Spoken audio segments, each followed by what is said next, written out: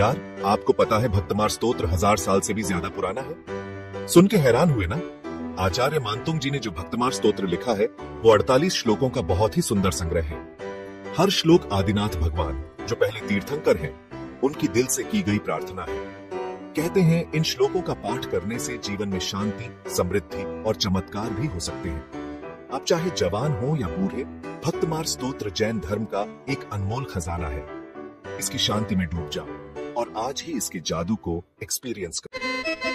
भक्तामर प्रणत मौलि मणि प्रभाना मुद्योतकं दलित पापतमो वितानं सम्यक् प्रणम्य जिनपाद युगं युगादा वालम्बनं भवजले पततां जनानां य संस्तुत सकल वाग्मय तत्त्वबोध दुद्भूत बुद्धि पटुभिः सुरलोकनाथै स्तोत्रे जगत्रितय चित्तहरेरुदारे स्तोषे किलाहमपि तं प्रथमं जिनेन्द्र बुद्ध्या विनापि विबुधार्चित पादपीठ स्तोतुं समुद्यतमतिर्विगतत्रपोऽहं बालं विहाय जलसंस्थितमिन्दुबिम्ब मन्यक इच्छति जन सहसा ग्रहीतुं वक्तुं गुणान् गुणसमुद्र शशाङ्ककान्त कस्ते क्षम सुरगुरु प्रतिमोऽपि बोध्य कल्पान्तकाल पवनोद्वतनक्रचक्रं को वा तरीतुमनमम्बुनिदिम्बुजाभ्यां सोऽहं तथापि तव भक्तिवशान्मुनीश कर्तुं स्तवं विगतशक्तिरपि प्रवृत्तं प्रीत्यात्मवीरमविचार्य मृगो मृगेन्द्रं नाभेत्य किं निजशशो परिपालनार्थम् अल्पश्रुतं श्रुतवतां परिहासधाम त्वद्भक्तिरेव मुखरी कुरुते बलान्मा यत्कोकिल किल मधो मधुरं विरोति तच्चारुचाम्रकलिकानिकरैकहेतु त्वत्संस्तवेन भव सन्तति सन्निबद्धं पापं क्षणाक्षयमुपैति शरीरभाजम् आक्रान्तलोकमलिनीलमशेषमाशु सूर्यांशु भिन्नमिव शार्वरमन्धकारं मत्वेति नाथ तव संस्तवनं मयेद मारभ्य तनुदियापि तव प्रभाव चेतो हरिष्यति सतां नलिनीदलेषु मुक्ता फलद्युतिमुपैति ननूदबिन्दु आस्तां तव स्तव नमस्त समस्त दोष त्वक्सं कथापि जगतां दुरितानि हन्ति दूरे सहस्र किरणा कुरुते प्रभैव पद्माकरेषु जलजानि विकाशवाञ्जि नात्यद्भुतं भुवन भूषण भूतनाथ भूतैर्गुणैर्भुवि भुवन्तमभिष्टुवन्त तुल्या भवन्ति भवतो ननु तेन किंवा भूत्याश्रितं यदि अनात्मसमं करोति दृष्ट्वा भवन्तमनिमेष विलोकनीयं नान्यत्र तोषमुपयाति जनस्य चक्षु पीत्वा पयशशिखरद्युतिदुग्धसिन्धो क्षारं जलं जलनिधेरसितुं कयिच्छेत् यैषान्तरागरुचिभिः परमाणुभिस्त्वं निर्मापितस्त्रिभुवनैकललामभूत तावन्त एव खलु तेऽप्यनव पृथिव्यां यत्ते समानमपरं न हि रूपमस्ति वक्त्रं क्वते सुरनरोरगनेत्रहारि निशे निर्जित जगत्कृतयोपमानं बिम्बं कलङ्कमलिनं क्वनिशाकरस्य यद्वासरे भवति पाण्डुपलाशकल्पं सम्पूर्णमण्डल शशाङ्ककलाकलाप शुभ्रा गुणास्त्रिभुवनं तव लङ्घयन्ति ये संश्रितास्त्रिजगदीश्वरनाथमेकं कस्तानि वारयति सञ्चरतो यथेष्टं चित्रं किमत्र यदि ते त्रिदशाङ्गनाभिनीतं मनागपि मनो न विकारमार्गं कल्पान्तकालमरुता चलिताचलेन किं मन्द्रराद्रिशिखरं चलितं कदाचित् निर्धूमवर्तिरपवर्जित तैलपूर कृत्स्नं जगत्त्रयमिदं प्रकटीकरोषि गम्यो न जातु मरुता चलिताचलानां दीपोपरस्वमसि नाथ जगत्प्रकाश नास्तं कदाचिदुपयासि नराउगम्य स्पष्टीकरोषि सहसा युगपज्जगन्ति नाम्भोदरोदर निरुद्ध महाप्रभाव सूर्यातिशायि महिमासि मुनीन्द्रलोके नित्योदयं दलितमोह महान्धकार गम्यन्नरा वदनस्य न वारिदानं विभ्राजते तव मुखाब्जमनल्पकान्ति विद्योतय जगत्पूर्व शशाङ्कबिम्ब किं शर्वरीषु शशिना हि दिवस्वताव युष्मुन्मुखेन्दुदलितेषु तमस्तु नाथ निष्पन्नशालि वनशालिनि जीवलोके कार्यक्रिय जनगणैर्जनभारनम्रे ज्ञानं यथा त्वयि विभाति कृतावकाशं नैवं तथा हरिहरादिषु नायकेषु तेजस्फुरन्मणिषु याति यथा नैवं तु काच शकले किरणाकुलेऽपि मन्ये वरं हरिहरादय एव दृष्टेषु येषु हृदयं त्वयितोषमेति किं वीक्षितेन भवता भुवि येन नान्यं कश्चिन्मनोहरति नाथ भवान्तरेति स्त्रीणां शतानि शतशो जनयन्ति पुत्रं नान्यसुतं त्वदुपमं जननी प्रसूता सर्वादिशो ददति भानि सहस्ररश्मि प्राचेव जनयति स्फुरदंशुजालं त्वामामनन्ति मुनयं परमं पुमास मादित्यवर्णममलं तमसा परस्ता त्वामेव सम्यगुपलभ्य जयन्ति मृत्यु नान्या शिव शिवपदस्य मुनीन्द्रपन्था त्वामव्ययं विभुमचिन्त्यमसङ्ख्यमाद्यं ब्रह्माणमीश्वरमनन्तमनङ्गकेतुं योगीश्वरं विदितयोगमनेकमेकं ज्ञानस्वरूपममलं प्रवदन्ति सन्त बुद्धस्त्वमेव विबुधार्चितबुद्धिबोध त्वं शङ्करोऽसि भुवनत्रयशङ्करत्व दातासि धीर शिवमार्गविधेर्विधान व्यक्तं त्वमेव भगवन् पुरुषोत्तमोऽसि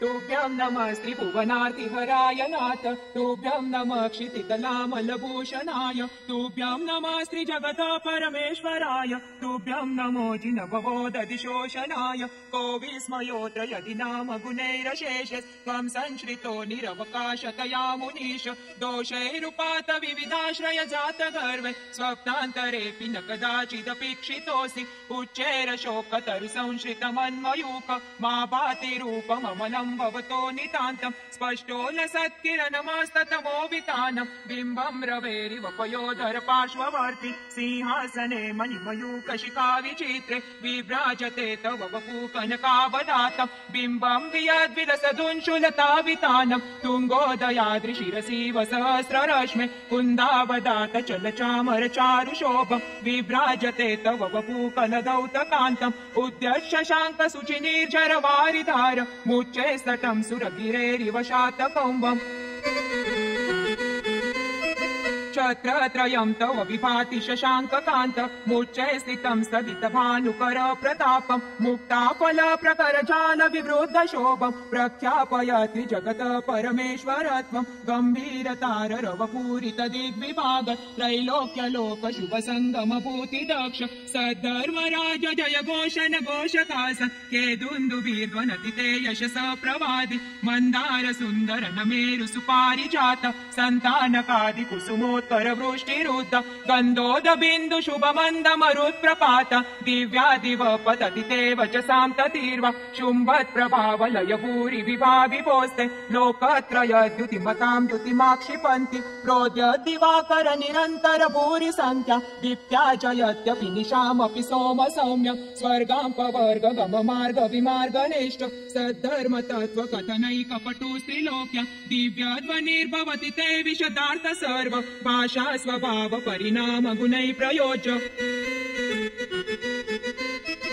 उन्निद्रहे मनव पंकज पुंज कांति पर्युल्लसन्न कमयूखशिखाभिराम पादौ पदानि तव यात्र जिनेन्द्र दत्त पद्मानि तत्र विबुधा परिकल्पयन्ति इत्थं यथा तव विभूतिरभू जिनेन्द्र धर्मोपदेशन विदो न तथा परस्य याद्रप्रभादिन कृता प्रातान्धकार सात्र कृतो ग्रहगणस्य विकाशिनोऽपि शोतन्मदाविलविलोलकपोलमूल मत्त भ्रमरनाद विवृद्ध कोपम् ऐरावताभमिव मोद्धतमापतन्तं दृष्ट्वा भयं भवति नो भवदाश्रितानां भिन्ने बकुम्भगलदुज्ज्वलशोणिताक्त मुक्ताफल प्रकरभूषित भूमिभाग बद्ध क्रमगतं हरिनादिपोऽपि नाक्रामति क्रमयुगाचल संश्रितं ते कल्पान्तकाल पवनोद्वतवन्निकल्पं दावानलं ज्वलितमुज्ज्वलमुत्स्फुलिङ्गं विश्वं जिगत्सुमिव सम्मुखमापतन्तं त्वन्नाम कीर्तन जलं शमयत्यशेषम्